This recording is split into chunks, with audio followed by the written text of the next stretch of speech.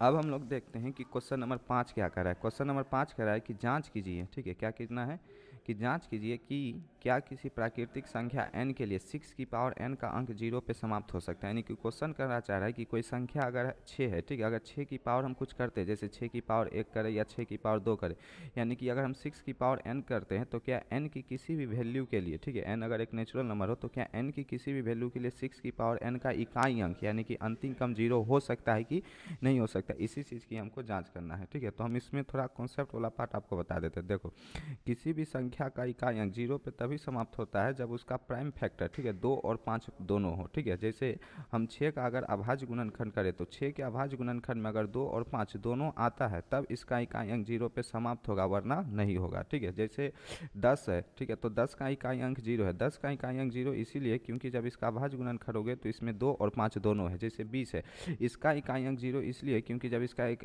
क्या करोगे, ठीक है, अभाज्य गुणनखंड करोगे तो इसमें 2 और 5 दोनों है। तो कम से कम 1 और कम से कम 1 2 और कम से कम 1 5 अगर किसी संख्या के अभाज्य गुणनखंड में आता है देन उसका इकाई अंक 0 पे समाप्त होगा। अगर 2 और 5, ठीक है, देखो सिर्फ 2 से भी काम नहीं चलेगा, सिर्फ 5 आने से भी काम नहीं चलेगा, कम से कम 1 और कम से कम 1 2 और कम से कम 1 5, ठीक है, उसका अभाज्य गुणनखंड का हिस्सा होना चाहिए, तब उसका इकाई अंक यानी कि that is called unit digit 0 पे समाप्त होगा, वरना नहीं होगा। इसी चीज़ की हमको जांच करना है। तो यहाँ पर लिखना क्या है, यहाँ पर आपको पहले हल कर देना है और हल करके लिखना है, ठीक है, कि माना संख्या a बराबर, ठीक है, माना संख्या a बराबर, ठीक है, माना कोई एक संख्या a है जो कि 6 की पावर n के रूप का है, ठीक है, 6 की पावर n के रूप का है। ठीक है, अब देखो 6 की पावर n का रूप का है तो इस 6 की पावर जो n है, ठीक है, क्या हम इसको 2 इंटू 3 इस होल की पावर n के रूप में नहीं लिख सकते हैं? तो कहेंगे भैया इसको हम इस रूप में लिख सकते हैं। ठीक है, तो ये जो 6 की पावर n है इसको हम लोग 2 इंटू 3 की पावर n के रूप में लिख सकते हैं, यानी a बराबर आपका 2 की पावर n इंटू 3 की पावर n,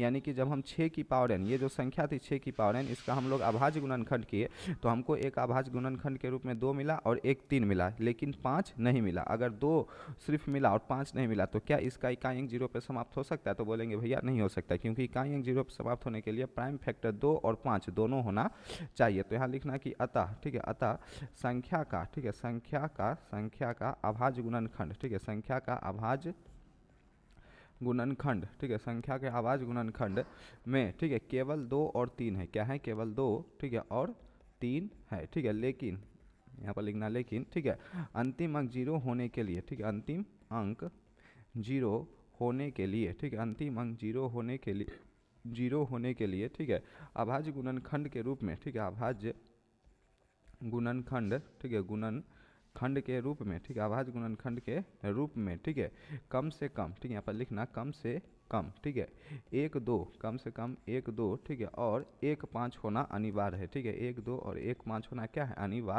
अनिवार्य है। ठीक है, अब यहाँ पर आप देख रहे हैं क्या कि 6 की पावर n जो संख्या है इसका इकाई अंक 2 और 3 है, लेकिन 5 नहीं है, यानी कि इसका जो इकाई अंक होगा वो 0 पे समाप्त नहीं होगा। तो लास्ट में लिख देना है कि अतः, ठीक है, अतः 6 की पावर n का इकाई अंक, ठीक है, 6 की पावर n का इकाई अंक यानी कि अंतिम अंक 0 पे समाप्त नहीं होगा। 0 पे क्या नहीं होगा? समाप्त नहीं होगा, समाप्त नहीं होगा। ठीक है, इस तरीके से क्वेश्चन नंबर 5 आपका कंप्लीट होता है।